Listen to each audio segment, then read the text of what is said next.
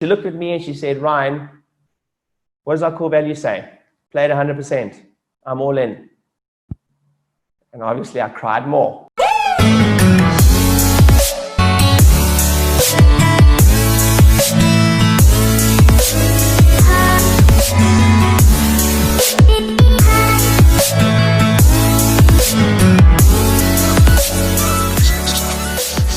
So first thing is you've got to have a set of core values. You've got to have a set of core values. But I'm going to add something today. By the end of today, at least you will each have a task to go have your own personal set of core values. If you've been in my group for more than 2 years and you have not yet set up a set of core values, I'm coming after you. I'm coming after you because, oh man, I don't even know what I would have done now during COVID-19 if I didn't have sort of core values, because I got to lean on the core values. I couldn't even look some of my team, this is truth, guys. I couldn't even look some of my team members in the eye during COVID-19, during the lockdown. And the reason I couldn't look in the eye is I felt the way that some of my team members stepped up to the plate. I couldn't even, I could never show them enough gratitude. I could never even, there's nothing I could say to even say thank you enough. I mean, I'm talking about some of our team members, just the stuff they did and the way they stepped, they just, you know, how many of you guys like, no, you know, when someone like helps you so much that you're almost embarrassed. You're like, how do that's what some of my team members were like during this period. And I remember I was outside. We're in the hub now here. Many of you have been here, and I was outside, and it was like 8 o'clock at night. And to one of my team members, who's been with me for 10 years, she'd been moving stuff all day. She's dirty. She's not even supposed to be there. She's just dedicating her time to us, kind of just volunteering, if you will. She's like, no, I choose to be here, Ryan. I choose to be here. And I just looked at her and I started crying. And I was like, I just don't even know. I just don't know how to thank you. Like, I just don't know. Anything I say right now is just, I don't know what to say. You know, it's been with me 10 years and just there. And we're going to talk about this a little bit later. And it all comes down to core values. She looked at me and she said, Ryan, what does our core value say? Play it 100%. I'm all in. And obviously I cried more. I just cried. I'm like, ah! Like, I'm all in.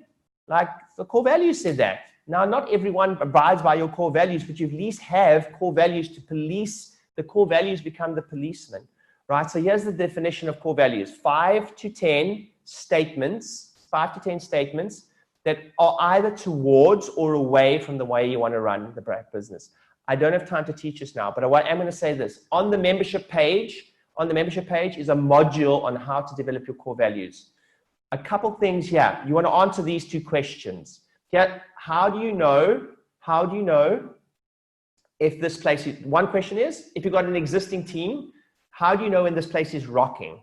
Like, what can you write down? So here's an example.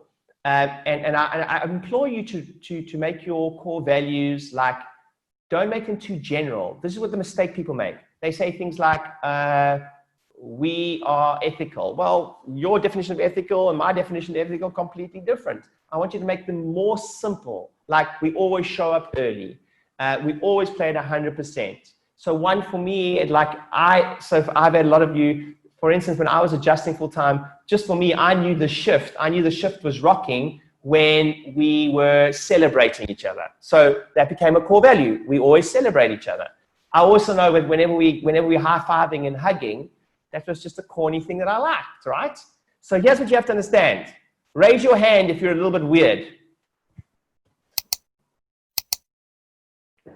We're all freaking weird. So all you got to do is let people know your weirdness quickly, right?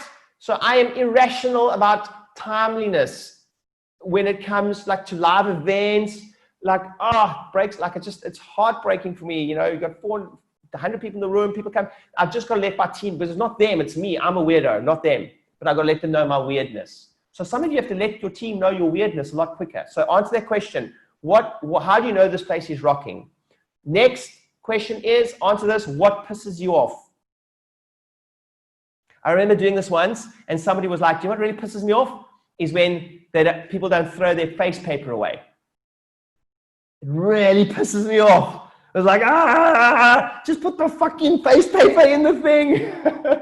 And I was like, okay, cool. I was like, just why don't you write that down? Chill, but like write that down so that your team know. Because yeah, you are freaking out about the face paper, but your team don't know. So write down what pisses you off, you understand?